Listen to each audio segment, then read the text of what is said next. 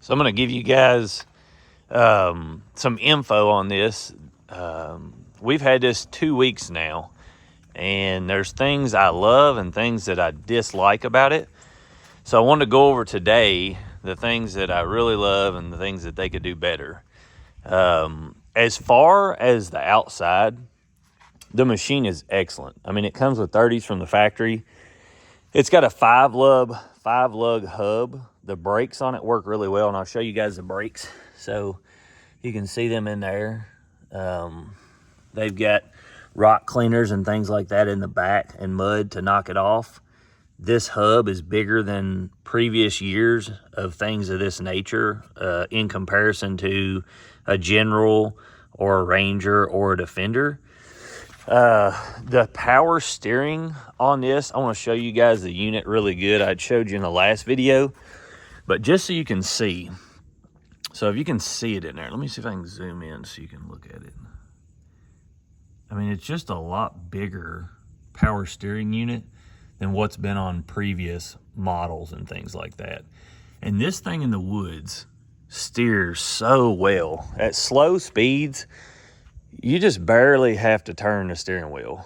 And it's just one of those things that if you've drove other machines and you get in a tight spot and you're fighting the steering wheel, when you drive one of these big buses like this, I mean, if you are going on newly made trails, like we are a lot, the length of this gets you into pickles sometimes. And what I mean by that is, so if you go to make a turn somewhere between two trees, the length of it may hit in the rear where you go through in the front, like if you've got to go between three trees, one here, here, and back here. But anyway, the power steering on this, if you're trying to turn around somewhere, is just, it's so nice. I mean, they did a really, really good job with the power steering. I've been so pleased with that, just how it drives at any speed. Even on highways, it just knows how to put the feedback back into the steering wheel. And that was one of the first things that I really, really noticed about this unit, is how well it steers. The second thing is the shocks. I absolutely love the shocks on this, and they work so well with this machine.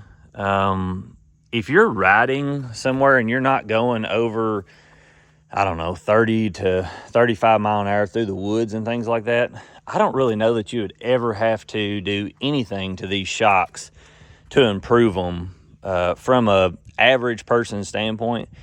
So that's one of the things, if you buy this unit, there's not a whole lot of things you have to do to it. You can throw 32s on this from the factory and just take it and drive it. So, you know, a lot of units, if you start putting weight and stuff to them, the shocks will sag.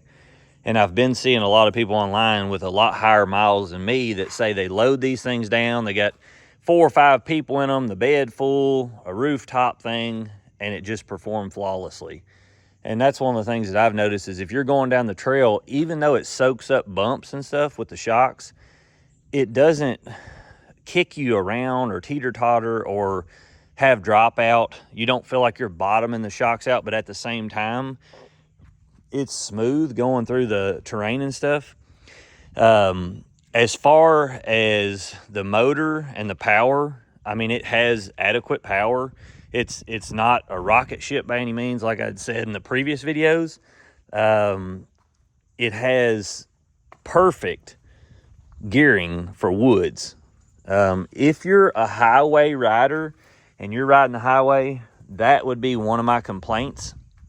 If you're in this machine and you're going over 20 mile an hour on the highway, it's loud, like 95 decibels loud, anytime you're on the throttle. So that's one of the things you're going to have to remember. If you're buying this machine and you're doing a whole lot of highway traveling, I think that you're going to have to do some sound deadening. And that brings me to one of the things that they could do better with this machine. This panel in the back is probably only 1/8 of an inch thick. I mean, I can slap it and it'll just flap. It's very, very thin plastic, and there's no sound deadening between the cab and here. So anytime the motor's in high rev, you can hear all that noise, and it's like it just echoes in the cab. Now, I have seen a lot of people, and I'll give you that info, a lot of people taking these seats out and putting sound deadening in. And from my understanding on the forums and listening to everybody, I think that they said without more than 3 layers, it doesn't change the sound decibel. So what that's meaning is you need at least 3 layers of sound deadening material between your back window and there. And honestly, I mean, the most that I've seen them say is 4 to 6 decibels. So if you're running at 95 or 96 decibels, you're going to be at, I don't know, anywhere between 85 and 90 decibels. And that's still extremely loud. The next thing that I think they could do, you can't see it for the sun.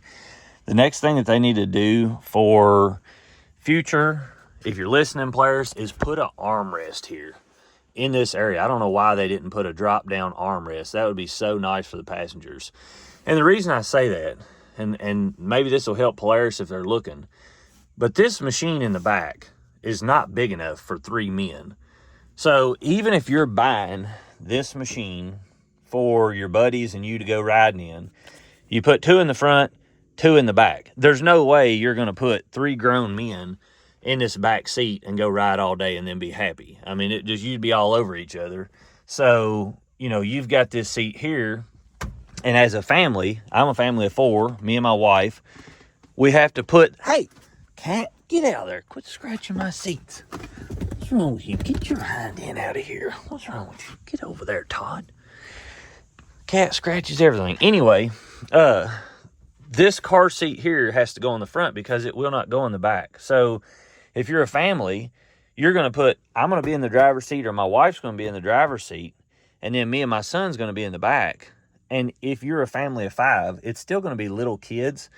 So I don't know if their thought process was this would be a little stiffer with a drop-down armrest, but little kids don't weigh enough for that to really affect them. So if they would put a drop-down armrest in there, that would be huge. As far as the outside and anything else, I think they did a phenomenal job with the architecture of the frame, how stiff it is. I mean, you can see all of the braces. I mean, they've got really thick tubing through this whole machine, and just to make it rigid. And what that does is when you're riding, you don't feel the frame twisting against your shocks and things like that when you're going over rough terrain. As far as anything in the front, I haven't noticed anything that they should do better right off.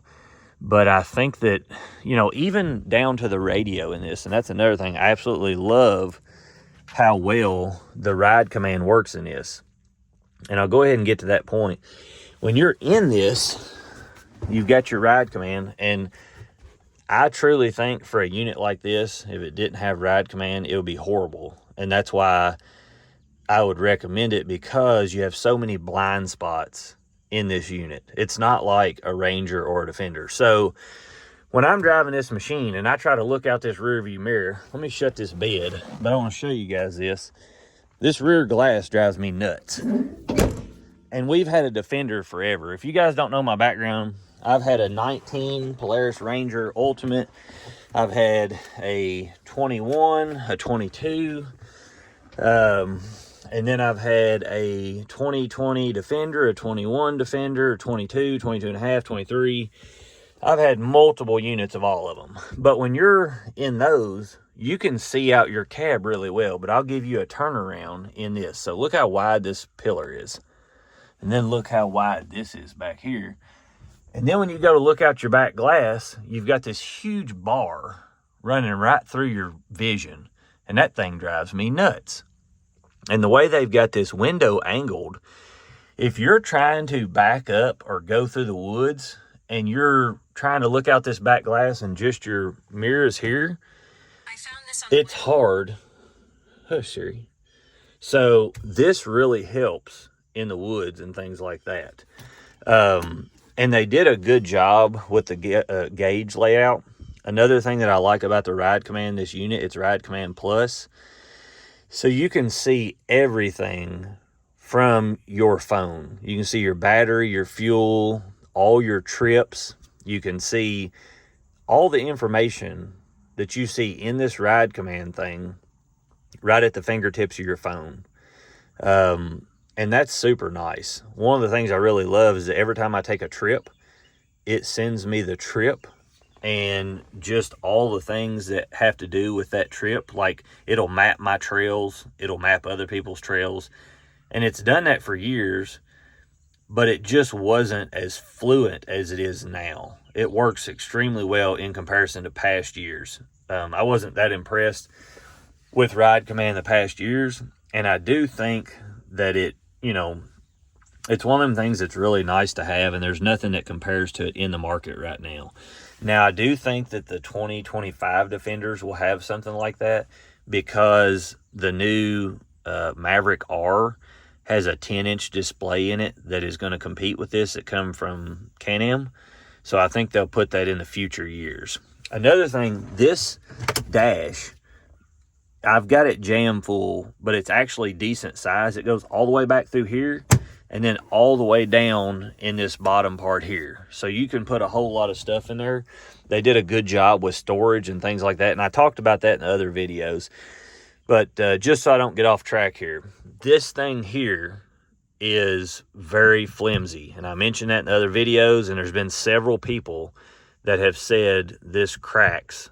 So I think that they need to do a better setup on this. It's just a very flimsy deal, and I've only used it 3 times now, probably 4 times, and I just probably won't use it in the way it's supposed to be used. I'll probably just open it, then have to get out and shut it, just because I'm cautious that I don't want it to break in here or crack across this like some have said. As far as the cab also, I wanted to get this better picture because I didn't get a good picture of it the other day. But if you look up in here, there's a hole that goes completely through to your drive shaft in the front.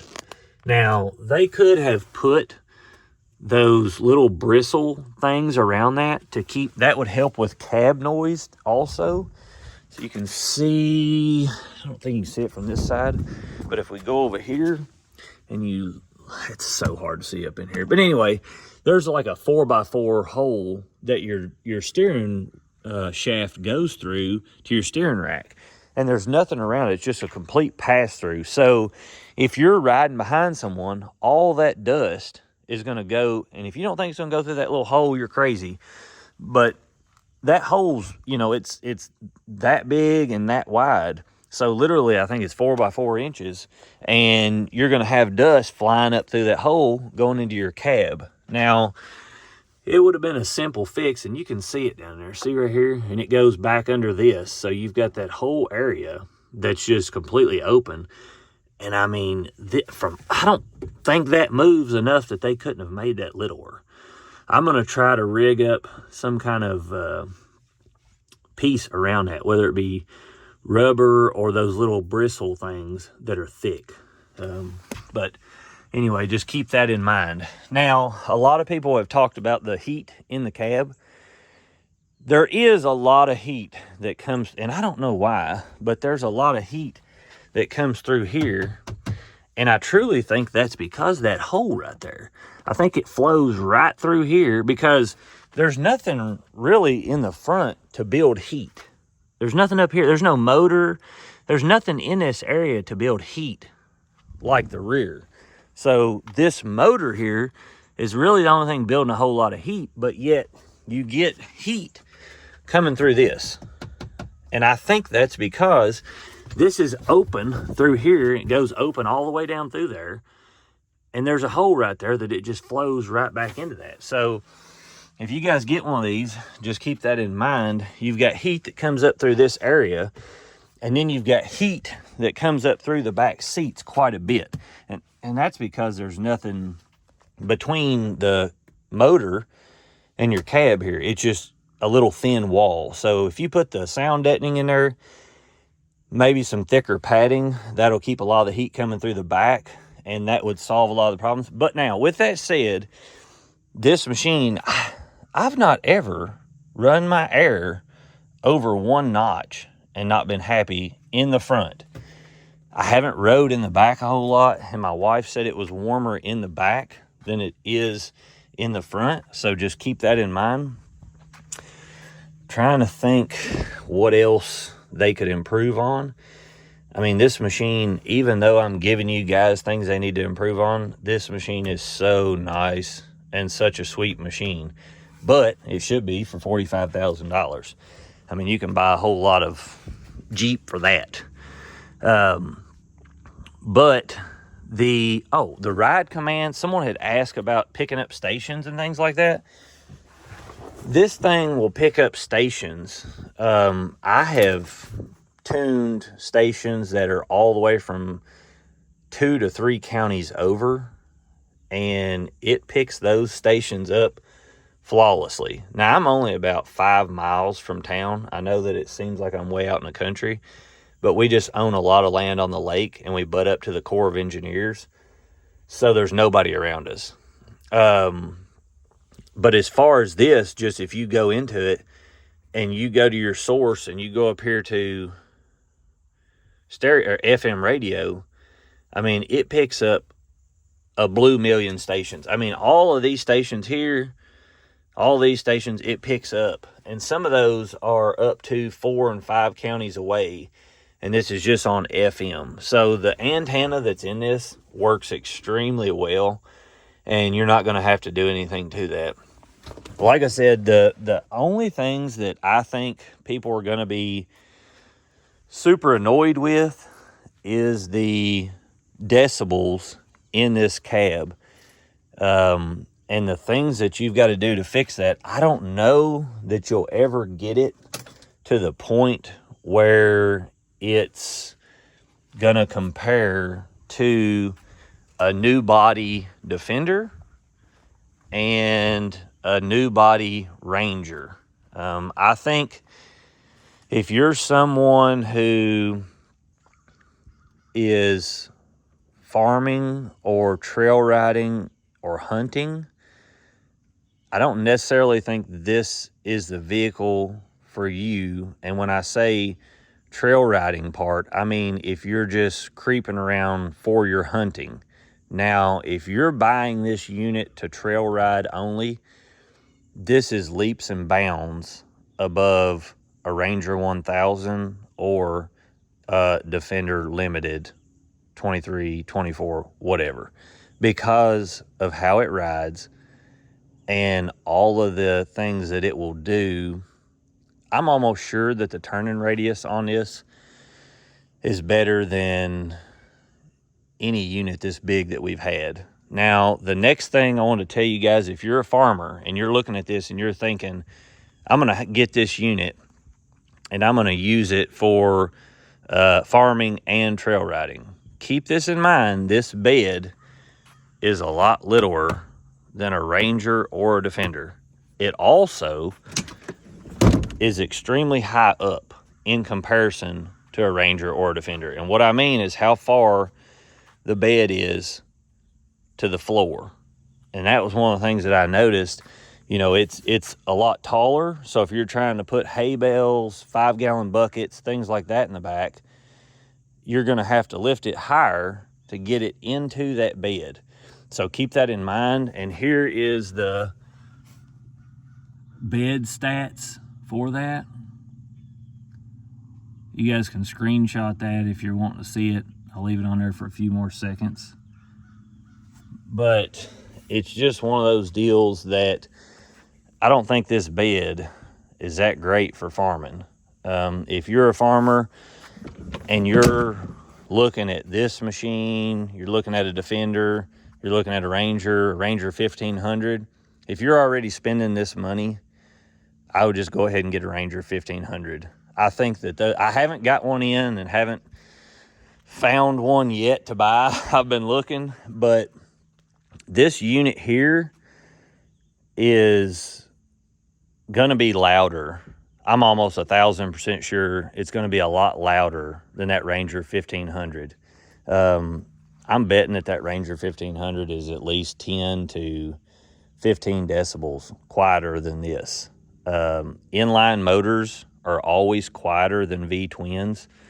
They don't have to offset the pistons. But anyway, without getting into too much of that stuff, I truly think that this machine here is for people that are looking to have the best trail machine out there. This is going to be a better trail machine than a General. This is going to be a better trail machine than a Ranger, a better trail machine than a Defender, Ranger, General, any of those in that area. It also is the only sporty vehicle that has air conditioning, and that's huge. I've probably left some things out, but just so you guys have an idea of the good and the bad. They also, this was pretty nice. They put this, I thought this was weird at first, but they put this rail here, and it goes on both sides, and it's V'd. And anytime it rains or you're washing out your bed, on the old ones, it would just run out of the bed and then run back, down, go all over your muffler and things like that, and go over the sides. It channels it all right to the center, and it drops straight down. You can see where it hits here some, but it doesn't just cover stuff, and then that way it doesn't build up more dust on your parts. I think they did a great job with this. I think if they'll just put some sound deadening material in there, and they will really make the cab quieter somehow. They've got a lot to do. I mean, as far as these doors, that's another thing. They did an excellent job on these doors. So you've got this seal, and these doors are inlaid, you know, into this. You know, they're very close and they work well. But this cab seal is a nice double layered, you know, garment, and it seats and snugs up so well. And then at the top, it's got a rain guard, and they've got rain guards all around all the doors, the front windshield here, which is really well. The last thing I want to tell you guys is what I've noticed on the trail with this machine compared to the Defender, compared to the Ranger. And I really noticed this in our 23 Defender. So let's say you're going between two trees on each side of this machine, and they're super close. And then let's say that your tire here is going to drop off into something. Well, automatically on any of these machines, when you drop this tire down and push that up, what's it do to the cab? It kicks the cab over. So the top of your cab is going to smack on the tree. And I don't know how many times I smacked the top of my cab with that Defender or the Ranger on just trail riding. This machine does not have that issue near as bad. The top of this cab is V'd up a little bit at the tops, and I have not found myself in the same spots that I would hit the top of the cab with the Defender hitting this cab. You can maneuver this in the woods a lot better. And that, like I said, that's why I think this machine is so great for trail riding. I mean, it's just, you know, most of the time you're running 15 to 20 mile an hour on the trails anyway, especially if you're riding with a bunch of people. It's not like you're going to be going 35 or 40 through the woods until you get in the open. And what little bit you're going to be doing that, you're not going to really be annoyed with the cab sound. But keep all those things in mind. Like I said, I hope that helps some of you, gives you some info and some things to help make decisions. Perfect trail rig. You will love this machine, no doubt.